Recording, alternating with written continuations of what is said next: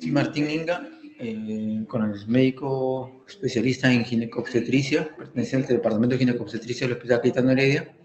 Para hoy está programada la presentación respecto a colposcopía. Es la segunda parte. Habíamos hecho una parte inicial haciendo algunas referencias a material, algunas condiciones para realizar la presentación, para realizar la colposcopía. Y el día de hoy, un poco más enfocado en cómo interpretar los resultados y algunas pautas para un manejo más adecuado de la colposcopía. Bien. Adelante con la presentación. Bien, como les decía, esta sería la segunda parte del tema de colposcopía. Respecto a este tema, el Ministerio de Salud ha presentado una directiva reciente del periodo de la ministra actual, y es esta directiva la que se menciona aquí, la que está, digamos, en vigencia y es la última respecto al tema. En ella se menciona que la colposcopía tiene estos valores de sensibilidad, especificidad, valor predictivo positivo y valor predictivo negativo, los cuales son muy altos, muy convenientes para considerarla dentro del despistaje o para el diagnóstico de lesiones precancerosas o cancerosas. Sin embargo, hay que considerar que estos valores son valores asociados a la toma de biopsia, no la colposcopía como tal. Debemos recordar que la colposcopía, solo como colposcopía, es un procedimiento en cuyo caso todos los diagnósticos son presuntivos. No se puede tener ningún diagnóstico definitivo solo con la colposcopía. Muchas veces se va a encontrar que por la apreciación colposcópica tenemos una impresión que nos da una posibilidad diagnóstica que después no se corrobora con el resultado de histología, con la patología, y que también muchas veces no corresponde al resultado previo del Papa Nicolau. ¿No? Bien. ¿Qué objetivos se tienen con la colposcopía? Visualizar el cuello uterino, vagina, vulva y región perianal también hay que considerar, porque muchas veces las lesiones no solo están en el cuello, sino en estas otras partes de la zona genital femenina.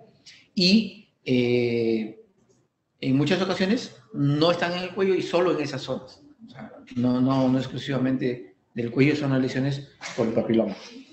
Identificar la unión escamocolumnar y la zona de transformación.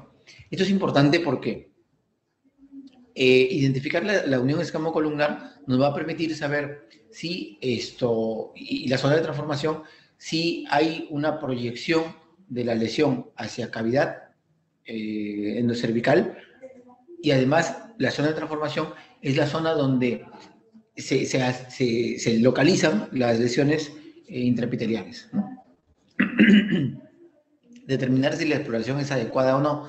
Esto también es parte de lo que se consigna en el informe, en el reporte, ¿no? Y si la exploración es adecuada o no, esto está referido a si la colposcopía nos permitió, por la imagen, tener una conveniente ubicación de las lesiones. Como dice el maestro Álvarez del INEM, tú consideras que la colposcopía es adecuada cuando el cuello te está mirando de frente, ¿no? Cuando tú colocas el espéculo, identificas el cuello, localizas el cuello y el cuello te mira de frente. Colposcopía adecuada.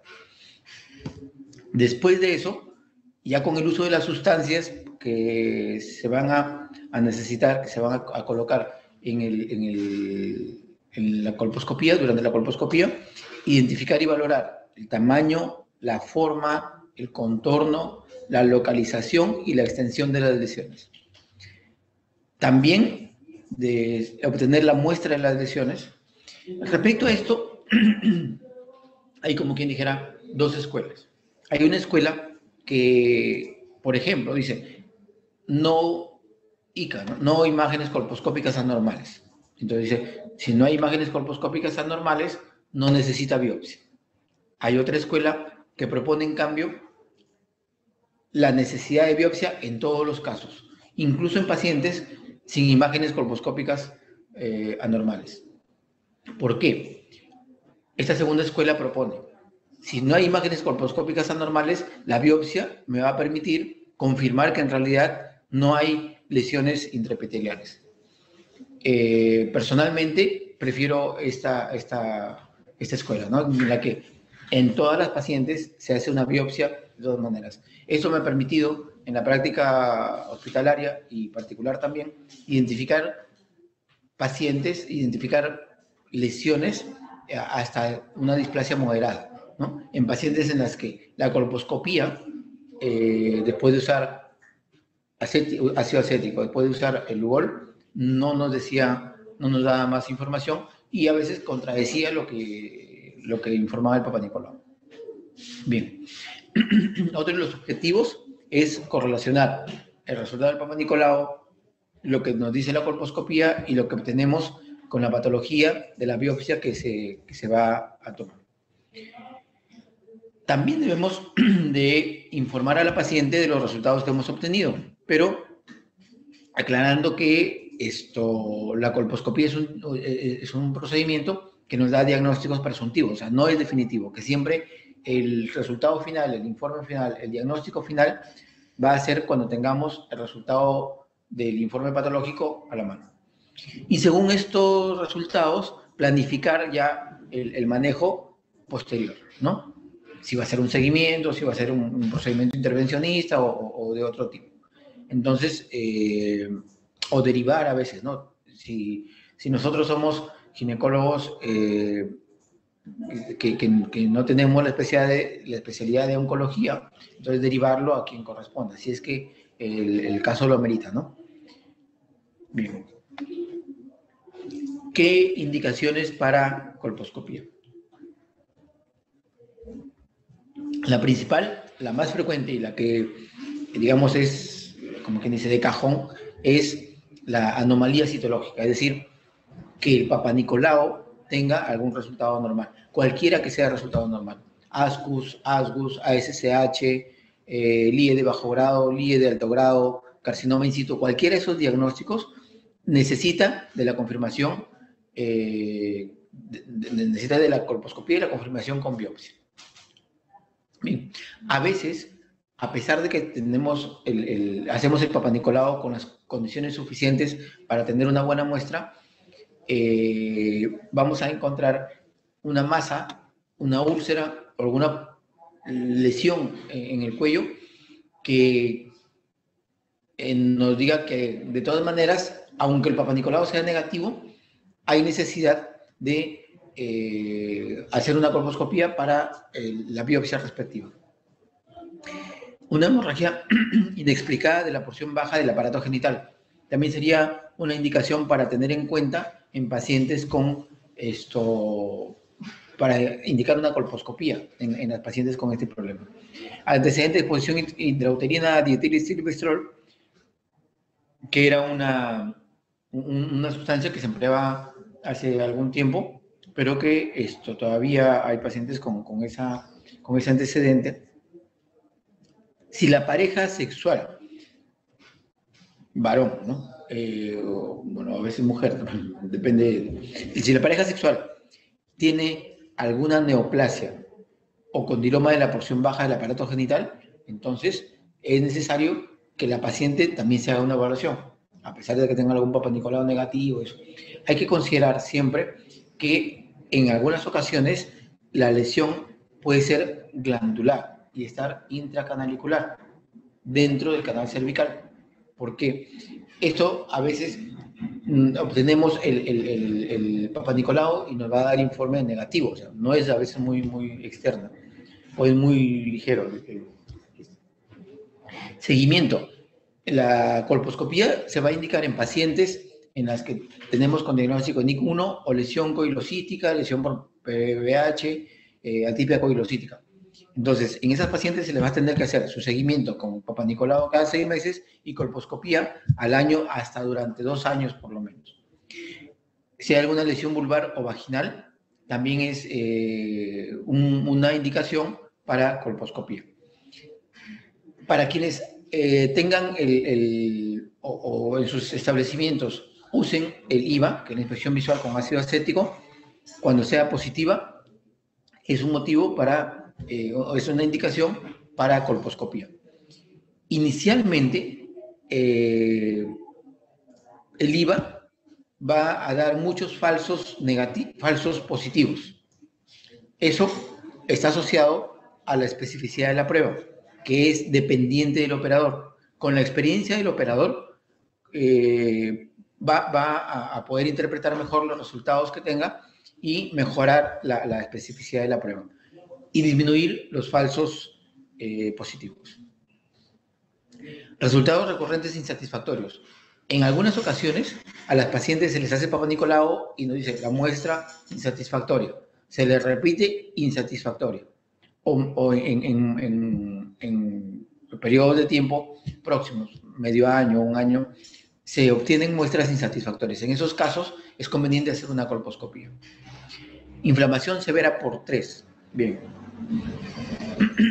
El proceso de inflamación es un proceso que está ligado a las lesiones intraepiteliales, porque produce de todas maneras algún efecto inflamatorio.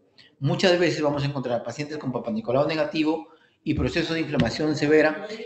La teoría nos dice que deberían ser 3 Papa Nicolau seguidos, es decir, durante 3 años continuos, ¿no? Que muestren inflamación severa y que esto ya sería una indicación para realizar una colposcopía. Bien.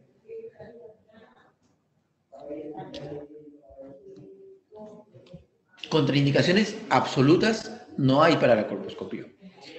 Pacientes que están recibiendo algún tipo de anticoagulación, no es la colposcopía un motivo para modificar la medicación, suspenderla o contraindicar la colposcopía. En pacientes embarazadas, no hay contraindicación para la colposcopía. De cualquier edad gestacional, siempre es conveniente realizarlo lo más temprano posible, porque puede mejorar el pronóstico y el manejo de alguna lesión, ¿no? Lo que sí en las pacientes gestantes, la toma de muestras cervicales, no, esa sí está contraindicada, no se debe realizar, ¿no? Por obvias razones, podríamos lesionar, afectar la gestación, ¿no? Afectar el desarrollo de la gestación. Ahí sí. Algunas condiciones para la realización de la colposcopía. No relaciones sexuales, no tratamientos vaginales o sangrado menstrual durante, a veces, algunos van a decir 24 horas, otros preferimos 3 o 4 días, depende, ¿ya? Pero que no haya factores que puedan alterar el resultado. Si se pregunta en qué momento es el momento ideal para tomar la colposcopía, teóricamente, entre el 8º y el 12º día del ciclo menstrual, ¿ya? Tratando de evitar el día de mayor sangrado catamenial. Bien, y además, porque el moco cervical siempre es uno de los inconvenientes mayores para la realización de la colposcopía. Entonces, si hacemos entre el 8º y el 12º día, lo estamos haciendo antes de la probable ovulación, lo que aumenta el moco cervical. Entonces, es un poco tratar de evitar eso. Pero en realidad se puede hacer en cualquier momento, incluso si hay mucha necesidad, con sangrado catamenial, si es muy urgente el asunto y no se puede postergar, bueno, se puede hacer, pero con algunas precauciones. En pacientes posmenopáusicas, por favor, esto recordarlo siempre, en pacientes posmenopáusicas es conveniente el tratamiento con estrógenos 2 a 3 semanas previas. Si esta paciente tiene cáncer de mama o sospecha de cáncer de mama o riesgo de cáncer de mama, ¿le va a afectar? No le va a afectar. La dosis que se usa es estriol al 0.1%. Es de acción local y no va a tener ningún efecto sobre la lesión en mama. Bien, esto es bien importante. ¿Por qué? Porque muchas veces no se puede tener una buena muestra o el resultado no se puede interpretar adecuadamente, ¿no? Porque el trofismo del epitelio cervical no es adecuado para la interpretación conveniente de la muestra que se obtenga, o a veces no se puede obtener buena muestra. Entonces, siempre hay que recordar, pacientes posmenopáusicas, es conveniente el tratamiento con estrógenos 2 a 3 semanas previas, según el esquema que se debería usar para una vaginitis atrófica. 2 semanas de tratamiento de ataque, ¿no? Y posteriormente el tratamiento de mantenimiento. En pacientes con cervicitis aguda o vaginitis grave es conveniente un tratamiento previo. Si la paciente al iniciar el examen hacemos la limpieza con suero fisiológico y encontramos alguna lesión o desde el inicio antes de la limpieza ya encontramos mucho flujo vaginal, entonces es preferible darle tratamiento antes de hacer la colposcopía. Esto para tener siempre mejores resultados al obtener la muestra para la patología. Bien, el epitelio cervical tiene estas características, esta estratificación. El estrato basal, el estrato parabasal, el estrato intermedio y el estrato superficial. ¿Ya? Las lesiones el papiloma aprovecha de la disrupción de alguna de ese estrato superficial para llegar y ubicarse en el estrato basal. Entonces, y desde esta zona basal, empieza el compromiso de las diferentes capas hasta la superficie. Esto hay que recordarlo porque más adelante nos va a ser útil cuando querramos interpretar los resultados de la aplicación de las sustancias. Bien. ¿Qué sustancias vamos a usar? Suero fisiológico, ácido acético y Lugol, en ese orden. Suero fisiológico, ácido acético y Lugol. El suero fisiológico nos permite limpiar el cuello de algunas sustancias, a veces del moco, del flujo, que a veces hay en poca cantidad, y permite la aplicación del filtro verde para ver las probables lesiones vasculares que se puedan encontrar en las pacientes que tengan lesión displásica o lesión neoplásica. Bien, cuando se aplica el filtro verde, es más o menos se aprecia de esta coloración y, por ejemplo, aquí en mosaico y a veces hay punteado, ¿no? Punteado fino o punteado grueso. Esto acá también, por ejemplo, miren, punteado fino, que esto ya depende la interpretación de patrones vasculares que se van a presentar en lesiones intraepiteliales. Cuando usemos el ácido acético a usar es entre 3 al 5%. Bien. Comercialmente es el vinagre blanco. Entonces, si no podemos conseguir o no tenemos, compremos vinagre blanco, se puede usar. Bien, ¿cuál es el principio del ácido acético? Bueno, así como manera anecdótica, el ácido acético se le encontró su utilidad de manera casual, totalmente casual. Se estaban probando sustancias para disminuir o retirar el moco cervical durante las colposcopías. Esto cuando se empezó a hacer colposcopía, cuando se empezó a hacer el procedimiento. Entonces, una de las sustancias elegidas fue el ácido acético. Cuando se usó el ácido acético, se vio que en algunas pacientes producía lesiones acetoblancas, lo que conocemos actualmente como una lesión acetoblanca. Entonces, ya no se usó para el moco, sino para identificar lesiones. Después se demostró que esas lesiones que reaccionaban con el ácido acético, al tomar la biopsia, eran lesiones que tenían alguna anomalía. Bien, teóricamente dice que causa precipitación o coagulación reversible de las proteínas nucleares y de las citoqueratinas. Las citoqueratinas son proteínas exclusivas de células epiteliales. Hay varios números de citoqueratinas que están presentes en las células epiteliales del cuello uterino. Y son estas las que reaccionan al uso del ácido acético. produciendo la reacción acetoblanca que conocemos. El efecto del ácido acético depende de la cantidad de proteínas nucleares y citoqueratinas presentes en el epitelio. Y esto depende de qué tanto compromiso haya producido el papiloma en esta paciente, ¿no? En las capas de esta paciente, del cuello de esta paciente. En los casos de NIC de bajo grado, la aparición de la acetoblancura, de la lesión acetoblanca, se demora y es menos intensa. De acá en una gráfica les voy a explicar por qué. Y las zonas de NIC o líder de alto grado y cáncer invasor se tornan densamente blancas y opacas inmediatamente después de la aplicación de ácido acético. Bien, está explicando lo que sucede al reaccionar con el ácido acético. ¿Cuánto tiempo se debe dejar el ácido acético en contacto con la superficie del cuello? Por lo menos 1 minuto. ¿Cómo se debe aplicar? Humedezco el algodón previamente y luego lo coloco, aplico con algún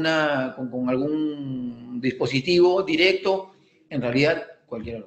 Personalmente prefiero cuando se aplica directamente y luego cubrirlo con un algodón para poder expandir o colocar el ácido acético en toda la circunferencia del cuello uterino, los 360 grados. La apariencia acetoblanca no es exclusiva de las lesiones intraepiteliales cervicales. Bien, ni tampoco del cáncer en estadios iniciales. Hay otra, una metaplasia escamosa, una cervicitis, lesiones leucoplásicas también van a producir reacciones acetoblancas con características diferentes. También ocurre el acetoblanqueo en la vagina, en la piel de la región anogenital externa y en la mucosa anal. También podemos obtener este resultado. Es esto lo que se obtiene cuando la paciente tiene lesión y le hemos aplicado el ácido acético. ¿Ya? Esta es la reacción acetoblanca, que puede ser de diversos tonos, según la lesión que tenga la paciente. ¿Ya? Aquí, miren, el cuello limpio, sin embargo, hay una lesión en el fondo del saco anterior, en vagina, ¿no? No, el cuello no ha sido afectado, es la vagina la que está siendo afectada. Bien, aquí la diapositiva no está al revés, por descuido, sino intencionalmente. Miren, cuando se aplica el ácido acético, va a caer sobre esta parte primero. Y dependiendo del grado de lesión, este es un NIC 1, bueno, esta es una normal, esta es una lesión, digamos, de un NIC 1, NIC 2, que es algo más, NIC 3, o LIE de alto grado, y ya un cáncer cervical, que está invadiendo o atravesando, ya ha atravesado la membrana basal, ¿ya? Entonces, cuando llega el líquido, tiene su primer contacto con la superficie, las células superficiales, el estrato superficial. Entonces, para que esta sustancia, el ácido acético, llegue al contacto y produzca la reacción, ¿no? Si la lesión está más basal, más cerca a la línea basal, al estrato basal o parabasal, entonces, por eso es que luego vamos a verlo como una lesión tenue y que dura poco tiempo. Pero si la lesión es mayor, el contacto del ácido acético va a producir una reacción más rápida y de mayor duración, porque las sustancias que reaccionan al ácido acético están en mayor cantidad, y más aún en pacientes con ya cáncer cervical, ¿no? Bien. La aplicación del Lugol posterior al ácido acético, la prueba de Chile. El yodo es glucofílico, es decir, el yodo va a tener afinidad por el glucógeno. El yodo se va a unir al glucógeno y lo va a pintar de color marrón. Cuando las células tienen glucógeno, el yodo pinta esas células de color marrón, ¿no? Dice, la aplicación de una solución yodada, el Lugol, da lugar a la captación de yodo por los epitelios que contienen glucógeno. Estos serían las células normales. Las células anormales van a producir, por el recambio aumentado, tienen poco glucógeno o no tienen glucógeno. Entonces, cuando apliquemos el yodo, lo que va a suceder es que esas células afectadas por el papiloma con lesión esas células no van a captar el yodo y van a permanecer incoloras o medio coloreadas. Entonces, ese es el principio para el uso del Lugol. Aquí se detalla algo. El epitelio cilíndrico, por ejemplo, no contiene glucógeno. Es normal que al aplicar el Lugol después del ácido acético, el canal no se vaya a pintar o se pinta de forma tenue. El epitelio escamoso metaplástico inmaduro, por lo general, no contiene glucógeno y eso también va a ser un tinte tenue cuando se aplique el Lugol. El NIC, las lesiones intraepiteliales y el cáncer invasor contienen escaso o ningún glucógeno. Entonces, no se van a pintar o se van a pintar de forma tenue. Acá, la misma lesión, esta, y aquí con la aplicación del Lugol. ¿Ven? Persiste sin esto, entonces es una zona afectada. Esto nos permite hacer una biopsia dirigida de la zona comprometida. Aquí lo estamos haciendo con el uso de las pinzas para dicho procedimiento, la biopsia cervical. Existe el índice colposcópico de Reid, que es un índice que a través de la apreciación visual, ¿no?, de lo que vamos apreciando durante el desarrollo de la colposcopía, nos permite tener un puntaje final que nos oriente de alguna forma para el diagnóstico colposcópico. Sin embargo, este siempre es un diagnóstico presuntivo, no es un diagnóstico definitivo. Eso siempre hay que recordarlo. ¿Por qué? Porque muchas veces se le dice a la paciente, mira, como le digo, como han podido en lo que he ido presentando, escuchar, no todas las reacciones acetoblancas son lesiones intraepiteliales. Sin embargo, en algunas instituciones o en algunos consultorios se le dice a la paciente, mira, que ya esto está mal, tienes cáncer y todo, y bueno, pues se le asusta a la paciente. Entonces, hay que orientar bien esa parte, hay que dar una información adecuada a la paciente.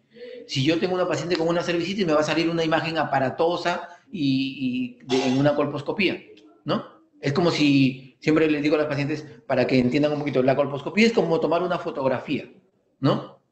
Y tomar la fotografía puede ser que te tomen bien preparada para la fotografía, con maquillaje arreglado, con el mejor traje y todo eso, va a salir una fotografía hermosa. Pero si me toman una fotografía, apenas me levanto, desgreñadas, ya, entonces va a salir una fotografía fea, no adecuada, no propicia y nos va a dar mala información. Además, con la fotografía yo no puedo decir a nadie, tomándole una fotografía, usted es diabético, por ejemplo. Es un poco eso el manejo de la escuela que propone la biopsia. Para decir si es diabético o no, necesito tomar una muestra de sangre, ¿no?, en condiciones adecuadas, y si el valor me dice que está en riesgo o digamos, nos ayuda, el valor de la glucosa nos va a ayudar a definir si la paciente es diabética o no. Entonces, es lo mismo con la biopsia. La biopsia nos va a permitir decir si la paciente tiene una lesión y qué se puede hacer con ella, ¿no es cierto? Para eso. Bien. Bueno, ya la pinza para la biopsia, que puede ser la Kevorkian, Shield, Baby Fisher, hay varias pinzas para biopsia.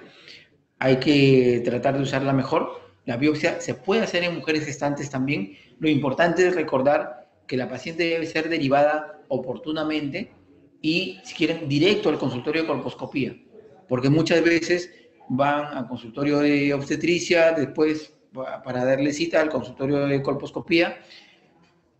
Hay pacientes que se les diagnostica su Papá Nicolau con lesión de alto grado o lesión de bajo grado o cualquier otro diagnóstico irregular, anormal, a la gestante en el primer trimestre, 10 semanas. Por ejemplo, un caso que ha sucedido ahorita en consultorio, la semana pasada. A las 10 semanas se le diagnosticó, según su Papá Nicolau. La paciente ha llegado a la colposcopía a las 32 semanas. Es mucho tiempo que se está empleando en las referencias y las otras visitas. Se debería tener un manejo un poco más rápido. Adicionalmente, recordar que según la normativa última, deberían ser médicos capacitados, idealmente ginecólogos, los que se encarguen de la colposcopía, si es que el establecimiento cuenta con ello. O médicos generales que tengan capacitación en ello también. Y obviamente los médicos gineco-oncólogos, ¿no? Bien. Bueno, por ahora es lo que podría ofrecerles respecto a lo de colposcopía. Muchas gracias por su atención y siempre el correo de Telesalud de acá del hospital y bueno, el correo mío también. Si es que tienen necesidad de alguna consulta, de algún material adicional, de alguna orientación, siempre dispuestos a ayudarles y a servirles.